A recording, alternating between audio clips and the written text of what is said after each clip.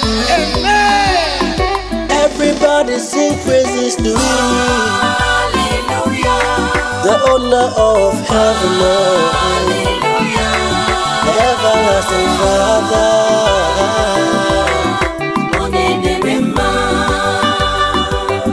He is worthy of our praise, who is merciful and gracious, King of glory.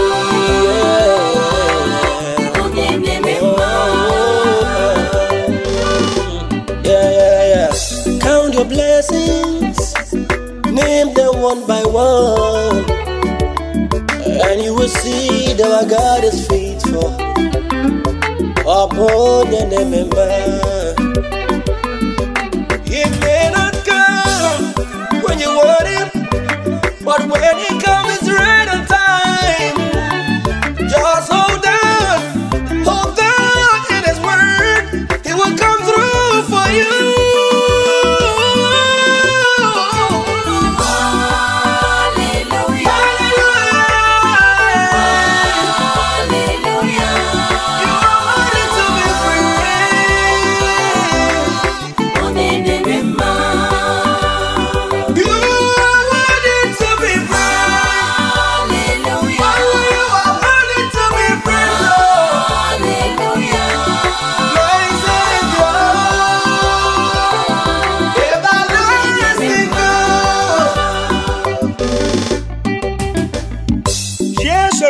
Na-agagharị na-eme mma na-agwọ ndị ọrịa mgbe ọ nọ n'ụwa.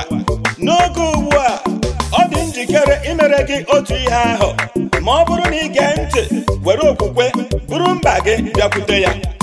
Ọ na-asị anyị echegbuna onwe anyị maka echi, n'ihi na echi ga-echere onwe ya maka mkpa nke dịrị ya.